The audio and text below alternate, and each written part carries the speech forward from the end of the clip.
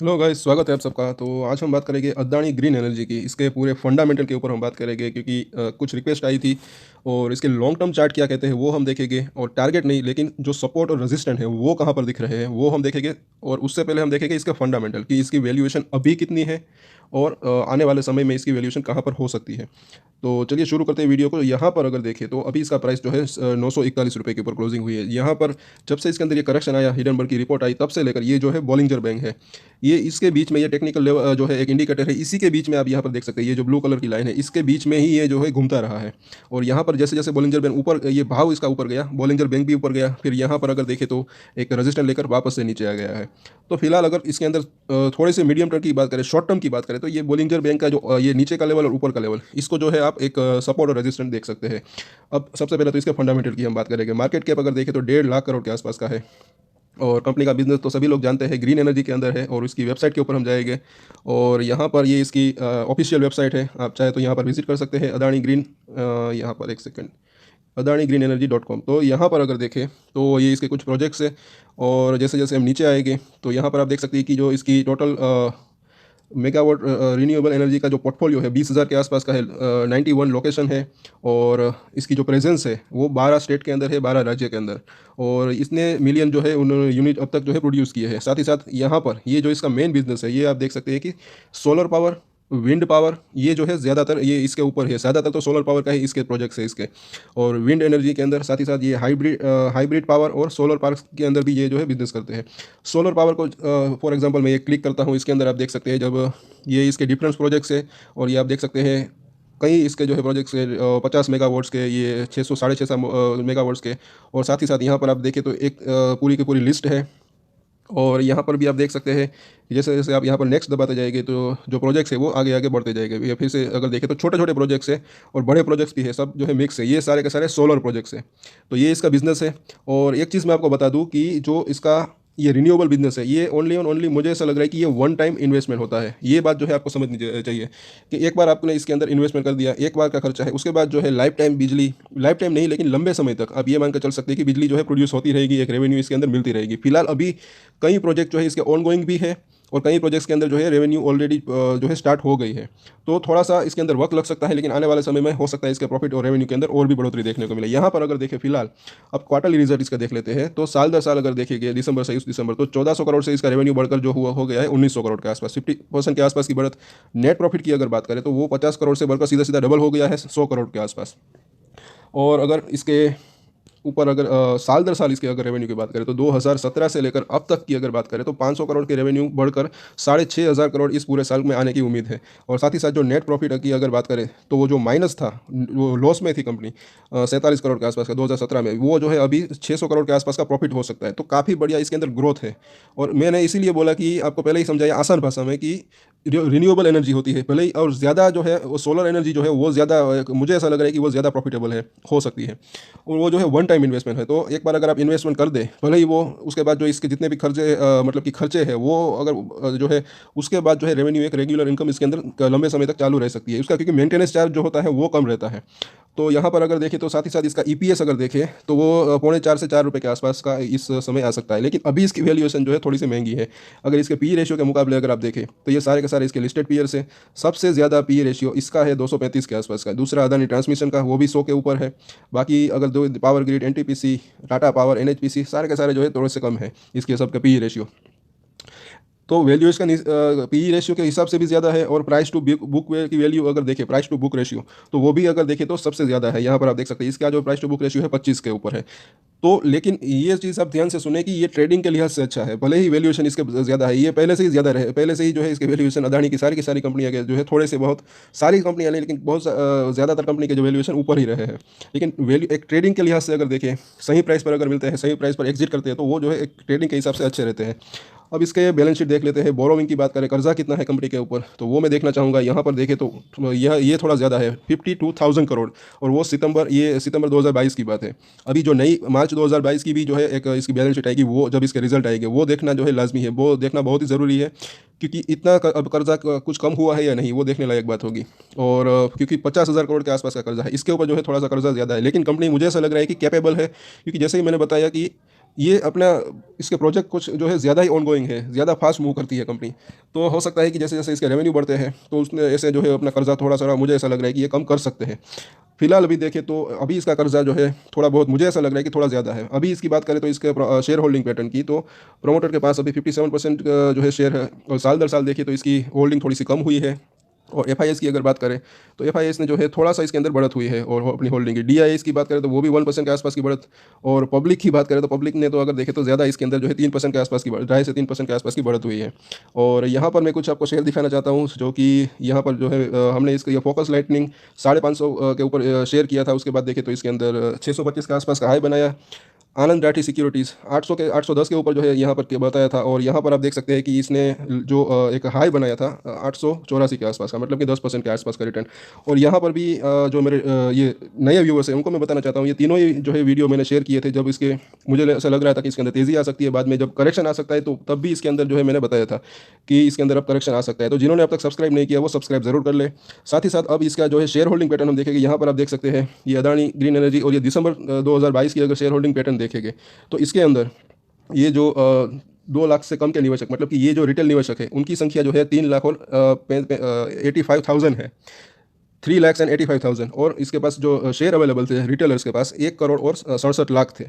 और यहाँ पर अगर हम आगे देखेंगे, अब मार्च क्वार्टर की जो है इसकी शेयर होल्डिंग पैटर्न ये आ चुकी है मार्च 2023 की।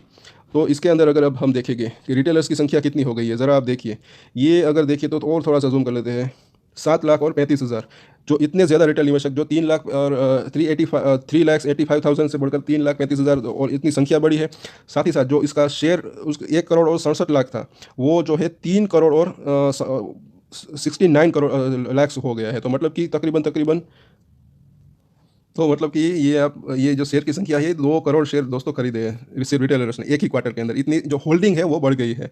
और मुझे ऐसा लग रहा है कि कम से कम जो है इन एवरेज प्राइस अगर देखें तो 1,000 रुपीज़ के आसपास जो है बाई किया होगा एवरेज प्राइस। तो 2,000 करोड़ की जो है बाइंग सिर्फ रिटेल निवेशक ने ये एक ही शेयर के अंदर जो कर डाली है। और लोग कहते हैं कि इंडिया गरीब देश है, मुझे ऐसा नहीं लग रहा है, और रिटेलर के पास पैसे नहीं है, ऐसा नहीं है। मुझे ऐसा नहीं लग रहा है एक्चुअली, क्योंकि 2,000 करोड़ रुपए का जो है निवेश कर दिया, वो भी एक ही क्वार्टर के अंदर, 3 महीने के अंदर अंदर, जब से ये हिडनबर्ग की रिपोर्ट आई थी, मुझे ऐसा लग रहा है। साथ ही साथ अब इसके कारोबार की हम बात कर लेते हैं। तो मंथली चार्ट जैसे मतलब मंथली लेवल के ऊपर देखें तो ये 16 लाख के आसपास की हर रोज़ यहाँ पर ये डिलीवरी उठ रही है। ये एनएससी और बीएससी दोनों का मिलाकर यहाँ पर हो रहा है, बताया जा रहा है। और एक वीक की बात करें तो 13 लाख के आसपास डेली ये इतनी डिलीवरी उठ रही है। 13 तारीख की बात करें तो 9 लाख के आसपास की डिलीवरी यहाँ पर उठी है। तो अब इसके अंदर जो रिटेल निवेशक इतने बड़े हैं, तो इसका एक जो है इफेक्ट क्या हो सकता है वो हम आगे चर्चा करेंगे। तो वो मैंने अदानी टोटल गैस के बारे में उसमें भी बताया था, उससे पहले भी बताया था कि अब जो इसके अंदर जो तेज़ी आ सकती है अगर लॉन्ग टर्म की हम बात करें। लेकिन जो 2021 में जो तेज़ी आई थी, एक वन वे रैली आई थी, हर रोज़ अपर सर्किट लग रहे थे, ज़्यादा प्रॉफिट बुकिंग आ नहीं रही थी। तो मुझे ऐसा लग रहा है कि अब बीच बीच में जो है अब इसके अंदर अगर तेज़ी आई भी तो बीच बीच में जो है प्रॉफिट बुकिंग इस तरीके से आ सकती है। तो एक वन वे रैली जो है वो नहीं आ सकती, क्योंकि यहाँ पर कहीं ना कहीं कुछ लोग शॉर्ट टर्म ट्रेडर्स होते हैं, कुछ लॉन्ग टर्म ट्रेडर्स होते हैं, और जो है वो प्रॉफिट बुकिंग करने कहीं ना कहीं आ सकते हैं। सिर्फ रिटेलर्स ही नहीं बल्कि बड़े जो प्लेयर्स हैं उन्होंने भी जो है इसके अंदर बाइंग की होगी, क्योंकि भाव जो है काफ़ी घट गया था। तो उस वजह से अब अगर इसके अंदर तेज़ी भी आती है तो बीच बीच में प्रॉफिट बुकिंग भी आती रहेगी, ऐसा मुझे लग रहा है।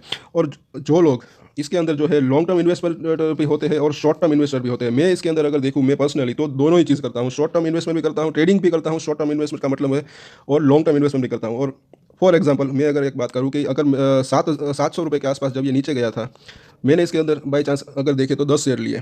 अब ये 1,000 रुपीज़ तक गया, 1,000 रुपीज़ के ऊपर गया, तो ये जो मेरा इन्वेस्टमेंट है 7,000 का, वो हो गया अब 10,000 रुपये का। तो 10,000 का इन्वेस्टमेंट अगर होगा, इसमें से मैंने अपने 7,000 रुपये निकाल लिया, 7 शेयर सिर्फ बेच दिए, बाकी के जो 3 शेयर है वो रख दिए हैं लॉन्ग टर्म के लिए, क्योंकि वो मेरा प्रॉफिट है। अब जो मेरे 7,000 रुपये थे वो मैंने निकाल लिया, मैंने जो अपना कैपिटल इसके अंदर इन्वेस्टमेंट किया था वो निकाल लिया है। बाकी के जो, तो इस तरीके से भी जो है कई लोग होते, ये भी एक स्ट्रेटेजी होती है, जो प्रॉफिट होता है वो रहने देते हैं, उतने शेयर रहने देते हैं। एक चीज़ और कर सकते हैं लोग, करते हैं कि 7 शेयर की बजाय 8 शेयर बेच देते हैं, 1,000 रुपीज़ का जो प्रॉफिट है वो भी जेब में रख लेते हैं, और बाकी के जो 2 शेयर पड़े हैं वो उसको लॉन्ग टर्म के लिए रख देते हैं। भले भी उसके बाद देखे शेयर बढ़े या घटे, कोई मतलब कि लॉन्ग टर्म की ये यहाँ पर पड़े रहने कुछ फर्क नहीं पड़ता। मतलब कि ये अगर लॉन्ग टर्म के लिए रखते हैं, अब ये घट भी जाए तो भी कोई परवाह नहीं, बढ़ भी जाए तो भी कोई परवाह नहीं। फिलहाल अभी हम बात, ये एक एग्जांपल है, सिर्फ और सिर्फ आपको समझाने के लिए मैंने ये आपको बताया। तो ये डेली चार्ट है। अब इसका डेली चार्ट फिर से यहाँ पर मूविंग एवरेजेस कुछ मैंने लगाई है, यहाँ पर ये 9 दिन का मूविंग एवरेज, 21 दिन का मूविंग एवरेज, और ये 50 डेज़ का मूविंग एवरेज, ये अभी जो है इसी के बीच में अभी एक फंसा हुआ है। इन द शॉर्ट टर्म मुझे ऐसा लग रहा है कि ऊपर में जैसे कि ये 965, ये 50 दिनों का जो मूविंग एवरेज है, ये हर दिन चेंज होता रहता है। अभी ये थोड़ा सा नीचे आ रहा है, यहाँ पर अगर आप देखोगे तो यहाँ पर इसने पार कर, अभी इसको ये पार नहीं अभी कर पा रहा है। प्रीवियसली यहाँ पर इसने पार करने की कोशिश की, नहीं पार कर पाया, नीचे आया, प्रॉफिट बुकिंग आई, फिर से जो है इसके अंदर अब इसने ये ट्राई किया, यहाँ पर भी अगर इसको थोड़ी सी अभी दिक्कत आ रही है। लेकिन मुझे ऐसा लग रहा है कि अब अगर जिस ये 50 डेज़ के मूविंग एवरेज को अब ये पार करेगा जब भी, तब ये अपना ये यहाँ पर इसने जो एक हाई बनाया था 1050 के आसपास का, उसको भी तोड़कर ये नया मतलब कि 1100 से 1200 तक भी जा सकता है। ये शॉर्ट टर्म की बात हो रही है, जब भी ये 50 दिनों के मूविंग एवरेज को पार करता है तब, क्योंकि 50 डेज़ का मूविंग एवरेज जो होता है वो एक ट्रेंड डिसाइडर होता है थोड़े से मीडियम टर्म के लिए। और यहाँ पर अब इसका वीकली चार्ट हमने लगाया है, तो यहाँ पर जैसे कि मैंने बताया कि सबसे पहले तो एक ये 1000 रुपीज़ जो है वो अब रजिस्टेंट कहाँ पर दिख रहा है, सपोर्ट कहाँ पर दिख रहा है, सिर्फ हम वो बात करेंगे, टारगेट की बात फिलहाल हम नहीं करेंगे। अगर थोड़े से लॉन्ग टर्म की बात करें तो यहाँ पर जैसे कि एक 1000 रुपीज़ का एक जो रजिस्टेंस दिख रहा है जो कि नज़दीकी है, उसके बाद अगर देखें तो ये जो 21 वीक का मूविंग एवरेज है जो कि 1200 रुपये है, दूसरा रजिस्टेंस ये दिख रहा है इसका। जब भी ये 1000 से लेकर ये जो इसने हाई बनाया था 1050 को क्रॉस करेगा तो तब जो है ये 1200 तक जाने की कोशिश कर सकते हैं। उसके बाद देखें तो ये जो 50 वीक का मूविंग एवरेज जो कि 1500 रुपये है, ये वहाँ तक जो है वो उसका नेक्स्ट जो है एक रजिस्टेंस बन सकता है।